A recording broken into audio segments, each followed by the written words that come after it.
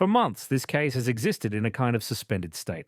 Not solved, not closed, not clarified. Victoria Police repeatedly said they were keeping an open mind about what happened to Dezi Freeman after he fled into the bush.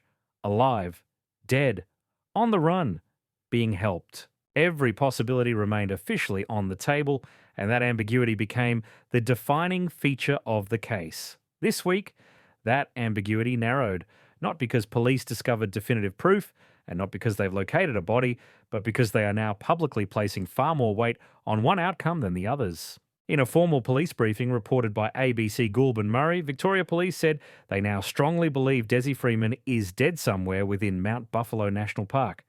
That wording matters. This is not a declaration. It's not confirmation. But it is a shift in confidence, and more importantly, it's a shift in how police are acting. The homicide squad continues to lead the investigation into the murders of leading Senior Constable Neil Thompson and Senior Constable Vadim Devart Hothart. As you're aware, the investigators on this day, accompanied by other police, were at Freeman's property to investigate a matter by the Wangaratta Sexual Offences and Child Abuse Investigation Team. On this day, shortly after 10:30, they were confronted by Freeman and unfortunately were fatally shot, and a third member was seriously injured. Since that date, we have had hundreds of police members and other specialist support from Victoria, throughout Australia and New Zealand. We have had both Australia's and New Zealand's best here to conduct extensive searches of the Mount Buffalo area in an attempt to locate Freeman. This is the largest manhunt that we have seen in Victoria, and tactically it is the largest operation that's occurred in Australia. Extensive searches of the park have also been conducted by air, which have been conducted by our Victoria Police Air Wing and other specialist support services. Detectives have investigated over 2,000 pieces of information, including information provided by the public.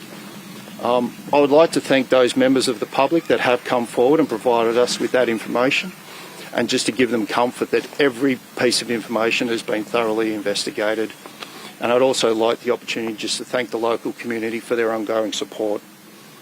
Before we go further, let's briefly reset the case for context.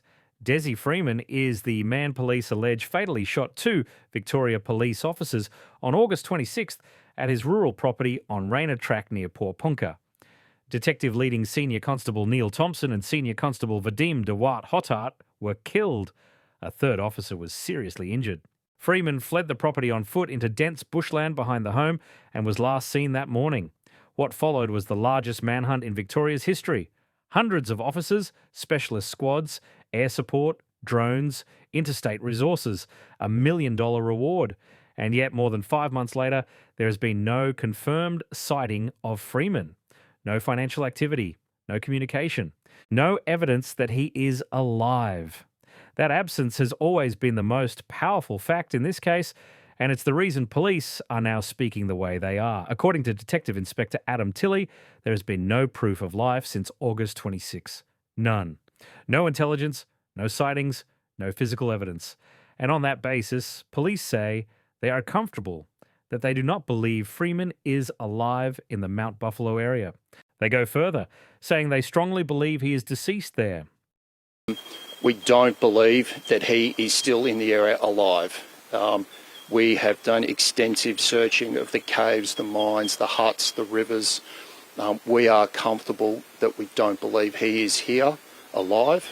However, we are keeping an open mind that that is a possibility. We do believe strongly that he is in this area deceased. This belief is what triggered a new 5-day search operation that began this week. More than 100 police and volunteers have been deployed to a specific remote section of Mount Buffalo National Park. This is not a broad sweep. It's a targeted operation involving specialist search and rescue units, drone teams, interstate assistance, and critically cadaver dogs brought in from New South Wales. That choice alone tells you what police are expecting to find. They've already searched caves, mines, huts, and waterways in the region. They've conducted aerial searches, they've worked this terrain before, and yet this new operation is being described by police themselves as extremely challenging, even harder than the 5-day search conducted back in December. So why now? And why here?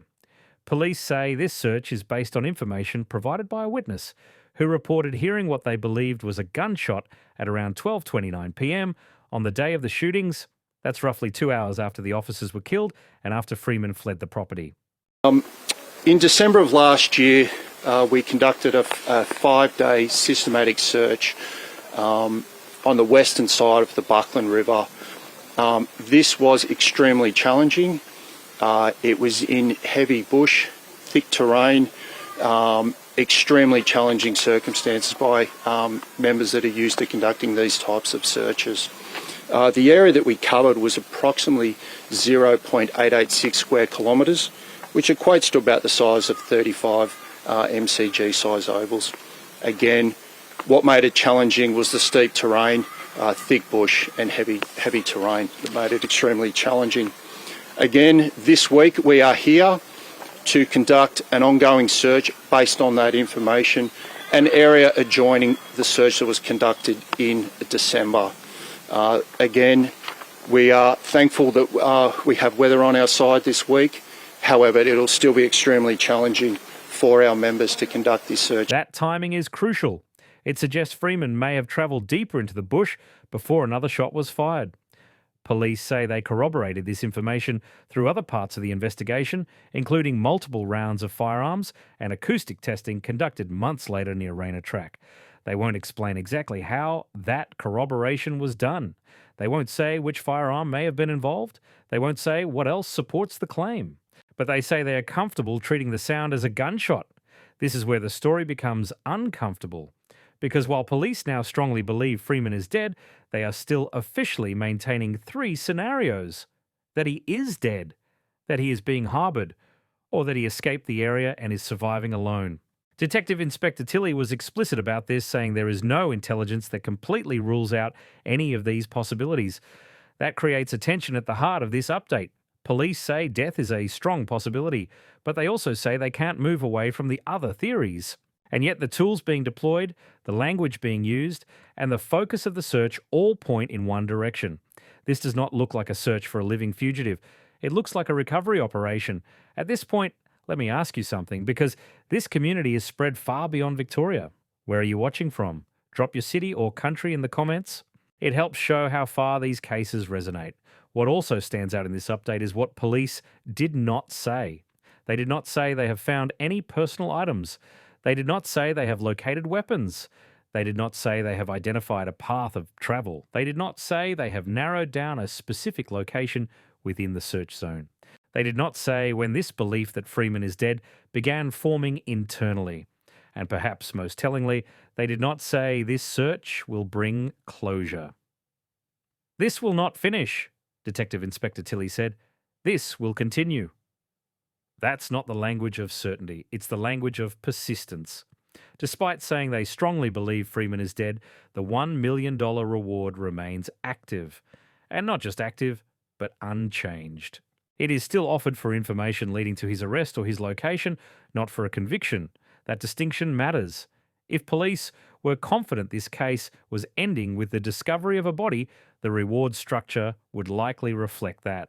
The fact it doesn't suggests investigators are still hedging, however slightly.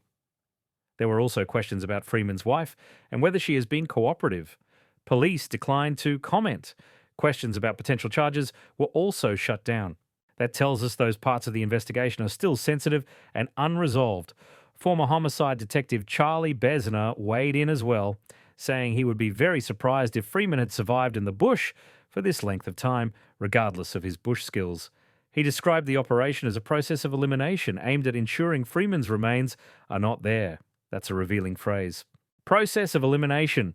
It suggests police are trying to close off one possibility conclusively, not because they've proven it, but because leaving it open indefinitely is no longer tenable. But that raises another question. If police have believed this for some time, why speak now? Why escalate publicly? Why shift the tone? The official answer is operational, weather, terrain, bushfire risk, safety, all reasonable explanations. But timing in policing is rarely accidental. Statements like this are made when investigators believe the public needs to hear where things stand, even if the picture is incomplete. And that brings us to the bigger issue. This case has never just been about locating Dezi Freeman. It's about unanswered questions from the day of the shooting, about how 2 officers were killed, about how a third survived, about what happened in the hours that followed, about why certain details remain undisclosed. For an audience that doesn't instinctively trust police narratives, that matters. Because when investigations move toward closure without addressing earlier gaps, it can feel less like resolution and more like containment. If Freeman died shortly after fleeing, what exactly happened between the time he left the property and the reported gunshot at 12:29 p.m.? Was that gunshot connected to his death? Was it deliberate? Accidental? Something else entirely? And if police now believe this is the likely outcome, when did that belief begin forming? These are not academic questions. They go to the heart of whether this case will ever feel complete. Right now, what we have is a police force signalling that one explanation now outweighs the others, while stopping short of saying the case is nearing an end. We have a massive search that looks less like pursuit and more like confirmation. And we have a public being asked once again to provide the final piece of information. So does this update bring us closer to the truth? Or does it simply make it easier for this case to fade out without answers? That's the question that matters now, and it's one worth asking out loud.